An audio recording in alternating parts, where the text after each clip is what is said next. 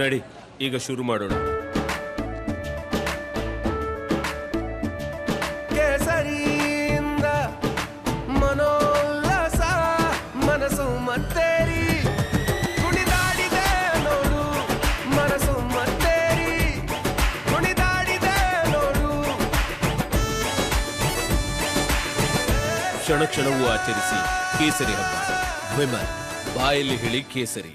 ಜರ್ಮನಿಯಲ್ಲಿ ಅಡಗಿ ಕುಳಿತಿದ್ದಂತಹ ಪ್ರಜ್ವಲ್ ಕೊನೆಗೂ ರಾಜ್ಯಕ್ಕೆ ಬಂದಾಯಿತು. ಕಳೆದ 35 ದಿನಗಳಿಂದ ಪ್ರಜ್ವಲ್ಗಾಗಿ ಕಾದಿದ್ದಂತಹ SIT ಬರ್ತಾ ಇದ್ದಂತೆ ಅರೆಸ್ಟ್ ಮಾಡಿದೆ.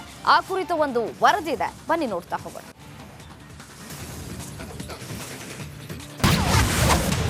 ಕೊನೆಗೂ ಪರಾರಿ ವೀರ ಪ್ರಜ್ವಲ್ ಆಗಮನ. 35 ದಿನಗಳ ಬಳಿಕ ಬೆಂಗಳೂರಿಗೆ ಪ್ರಜ್ವಲ್.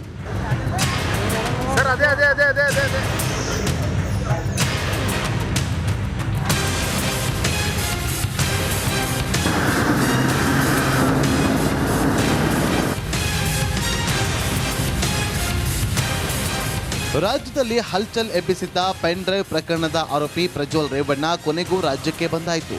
ತಿಂಗಳ ಕಾಲ ಸತಾಯಿಸಿ ವಿದೇಶದಲ್ಲಿ ಅಡಗಿ ಕುಳಿತಿದ್ದ ಪ್ರಜ್ವಲ್ ರೇವಣ್ಣ ಮಧ್ಯರಾತ್ರಿ 12:35 ಬೆಂಗಳೂರಿಗೆ ಆಗಮಿಸಿದ್ರು. ಲಫ್ತಾನ್ಸ್ ಏರ್ಲೈನ್ಸ್ ವಿಮಾನದಲ್ಲಿ ಜರ್ಮನಿಯ ಮ್ಯೂನಿಚ್ನಿಂದ ಬೆಂಗಳೂರಿಗೆ ಆಗಮಿಸಿದ್ರು.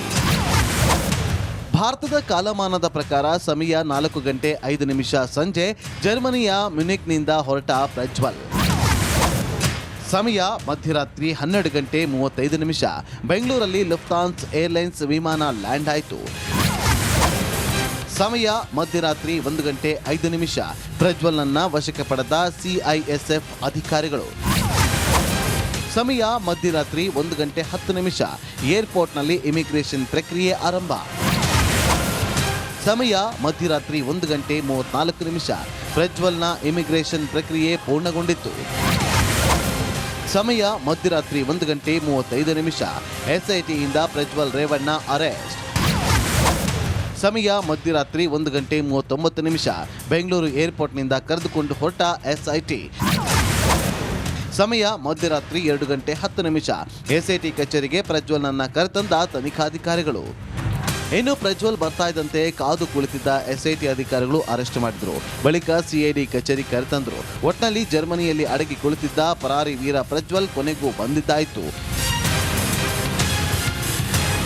Bureau report, Republic Kannada.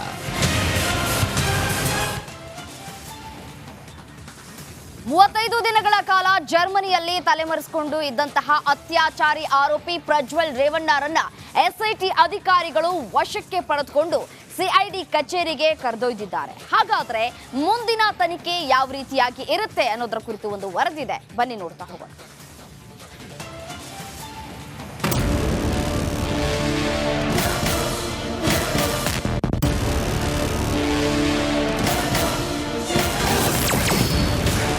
ಬೆಂಗಳೂರಿಗೆ ಬರ್ತಾ ಇದ್ದಂತೆ ಪ್ರಜ್ವಲ್ ಅರೆಸ್ಟ್.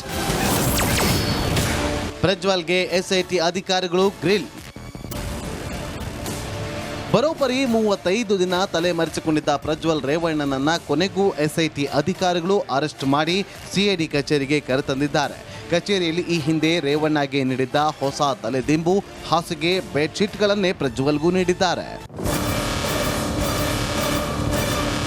ಇನ್ನು ಪ್ರಜ್ವಲ್ ರೇವಣ್ಣಗೆ ಇಂದಿನಿಂದಲೇ SIT ಅಸಲಿ ತನಿಖೆ ಶುರುವಾಗಲಿದೆ.